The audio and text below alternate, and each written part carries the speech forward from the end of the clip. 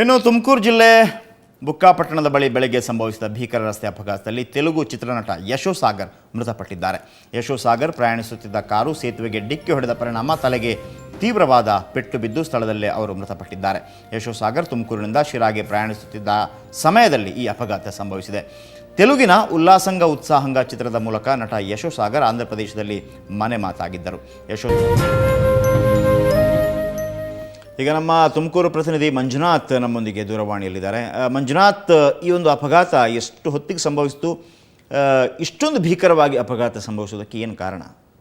ಜಯಪ್ರಕಾಶ್, ಏನು ಬೆಂಗಳೂರಿಂದ ಇವರು ಒಂದು ಬಾಂಬೆ ಕಡೆ ಹೋಗ್ತಾ ಇರ್ತಾರೆ. ಆ ಸಮಯದಲ್ಲಿ ಬೆಳಗಿನ ಜಾವ ಒಂದು 8 ಗಂಟೆ ಸುಮಾರಿಗೆ ಇದೊಂದು ದುರ್ಘಟನೆ ನಡೆಯುತ್ತೆ. ಒಂದು ಶಿಫ್ಟ್ ಕಾರಲ್ಲಿ 3 ಜನ ಇರ್ತಾರೆ. ಯಶೋಸಾಗರ್ ಭರತ್ ಅಲಿಯಾಸ್ ಯಶೋಸಾಗರ್ ಅಂತೇಳಿ ಖ್ಯಾತ ತೆಲುಗು ಫಿಲ್ಮ್ ಇರ್ತಾರೆ. ಅಷ್ಟೇ ಅಲ್ಲದೆ ವಿಶ್ವನಾಥ್ ರೆಡ್ಡಿ ಅನ್ನೋರು ಇವ್ರ ಜೊತೆ ಇರ್ತಾರೆ. ಇವ್ರು ಸ್ಥಳದಲ್ಲಿ ವಿಶ್ವನಾಥ್ ರೆಡ್ಡಿ ಮತ್ತು ಭರತ್ ಅಲಿಯಾಸ್ ಯಶೋಸಾಗರ್ ಅನ್ನೋರು ಸ್ಥಳದಲ್ಲಿ ಮೃತಪಡ್ತಾರೆ. ಆದ್ರೆ ಲೋಕೇಶ್ ಎಂಬ ಒಬ್ಬ ವ್ಯಕ್ತಿ ಮಾತ್ರ ಅವನು ಉಳಿತಾನೆ. ಅವನಿಗೆ ಬೆಂಗಳೂರಿನ ಒಂದು ಖ್ಯಾತ ಆಸ್ಪತ್ರೆಗೆ ದಾಖಲು ಮಾಡಲಾಗಿದೆ.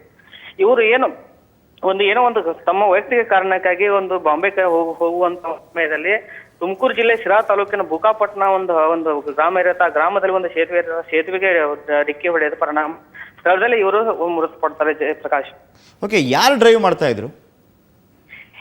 ಇವರು ಭರತ್ ಮತ್ತು ಯಶೋಸಾಗರ್ ಏನನ್ನವರು ಇದಾರಲ್ಲ, ಒಂದು ಫಿಲ್ಮ್ ಆಕ್ಟರ್, ಅವರೇ ಡ್ರೈವ್ ಮಾಡ್ತಾ ಇರ್ತಾರೆ. ಇವರು ನಿದ್ದೆ ಹೋಗಿ ಇದು ಘಟನೆ ಆಗಿದೆ ಅಂತ ಹೇಳಿ ಪೊಲೀಸ್ ತಿಳಿಸ್ತಾ ಇದ್ದಾರೆ. ಅದೇ ಒಂದು ಕಾರಣಕ್ಕೆ ಇವರು ಒಂದು 100-120 ಸ್ಪೀಡ್ ಅಲ್ಲಿ ಇರ್ತಾರೆ. ಆ ಒಂದು ಸಮಯದಲ್ಲಿ ಈ ದುರ್ಘಟನೆ ಆಗಿದೆ ಅಂತ ಹೇಳಿ ಪೊಲೀಸ್ ಹೇಳ್ತಾ ಇದ್ದಾರೆ. Jayaprakash Shetty, thank you Manjunath.